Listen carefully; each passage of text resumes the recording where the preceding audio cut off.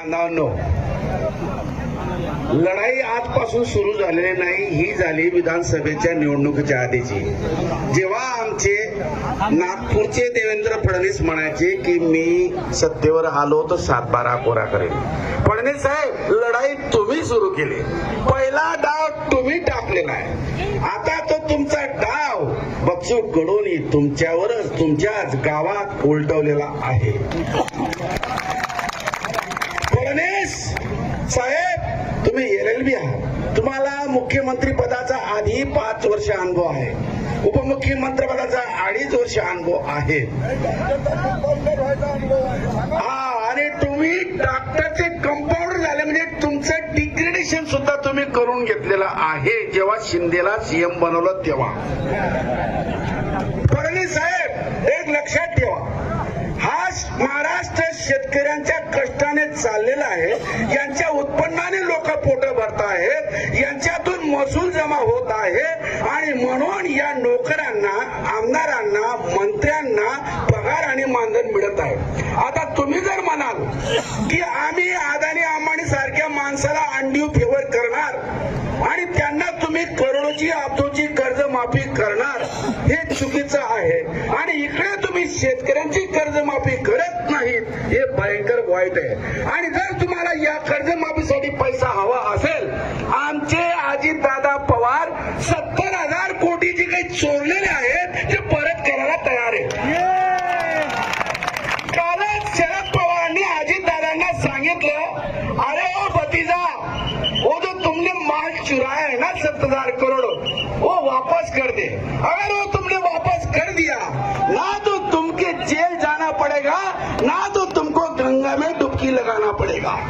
तो अजित पवार ने सोचा, चाचा फिर क्या करे, कुछ नहीं, किसानों का पैसा तुमने जल सिंचन में चुराया था 70,000 कोटी. अरे ये कोई जलगांव का आदमी शिवराम पाटिल नहीं बोल रहा है, ये पहले बोला था देवेंद्र फडणवीस महाराष्ट्र विधानसभा में, ये दोबारा बोला था नरेंद्र मोदी भोपाल की सभा में.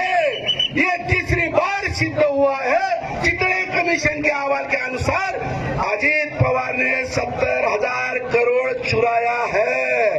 अगर अजित पवार भले बाती काका की सलाह पे 70,000 करोड़ अगर तिजोरी में वापस कर दे, हम किसानों का सब कर्जा माफ हो जाएगा और 7-12 कोरा हो जाएगा. अगर अजित पवार तैयार नहीं होगा तो अजित पवार तैयार नहीं होगा, ये तुम्हारे जो मंत्रिमंडल है उसमें से 35 मंत्रियों को विधानसभा के पोर्च में उल्टा लटकाओ, नीचे से धूली लगाओ. अरे पैसों की बोरियां भर जाएगी, पैसों की बोरियां भर जाएगी. फडणवीस महाराज, इसके लिए कोई नई टंकसाल चलाने की जरूरत नहीं, इसलिए कोई IMF मॉनेटरी फंड लाने की जरूरत नहीं है, इसलिए कोई वर्ल्ड बैंक का पैसा लाने की जरूरत नहीं है, इसके लिए कोई मोदी से भीख मांगने की जरूरत है. अरे तुम्हारे आसपास सब चोरों की महफिल है, एक एक चोरों को झटना चाहिए, चोरों को उल्टा टांग के लटका के झटकना चाहिए. और महाराष्ट्र सरकार की तिजोरी ऐसी भरेगी, अरे कर्जा तो माफ हो जाएगा, अगले 5 साल सरकार चलेगी, अगले 5 साल सरकार चलेगी. फडणवीस, सब चोर लोगों को तुमने मंत्री बनाया है. मैं जलगांव का आदमी हूँ, मेरे यहाँ गुलाबराव पाटिल अरे पान को चूना लगाता था, चूना, और वो टपरी में बैठ के टैंगो बेचता था, चुरा के टैंगो. उस आदमी के पास 5 साल में 2,000 करोड़ की जायदाद कहाँ से आ गई, संजय सिरसाट के पास कहाँ से आ गई, अरे तीनिस महाजन के पास कहाँ से आ गई. तुम बोलो अजित पवार के पास इतना दौलत कहाँ से आ गई. ये चोरों तुमने चुराया है, ये चोरों तुमने चुराया है. और देवेंद्र फडणवीस, तुम इन चोरों का महाचोर सरदार बना हुआ है. देवेंद्र फडणवीस, तुम चोरों का सरदार बना हुआ है. तुम कितना भी कानून चला ले, तुम कितनी भी अक्कल चला ले, अब ये किसान होशियार हो चुका है. अब ये उठने वाला नहीं, ये लड़ने वाला है.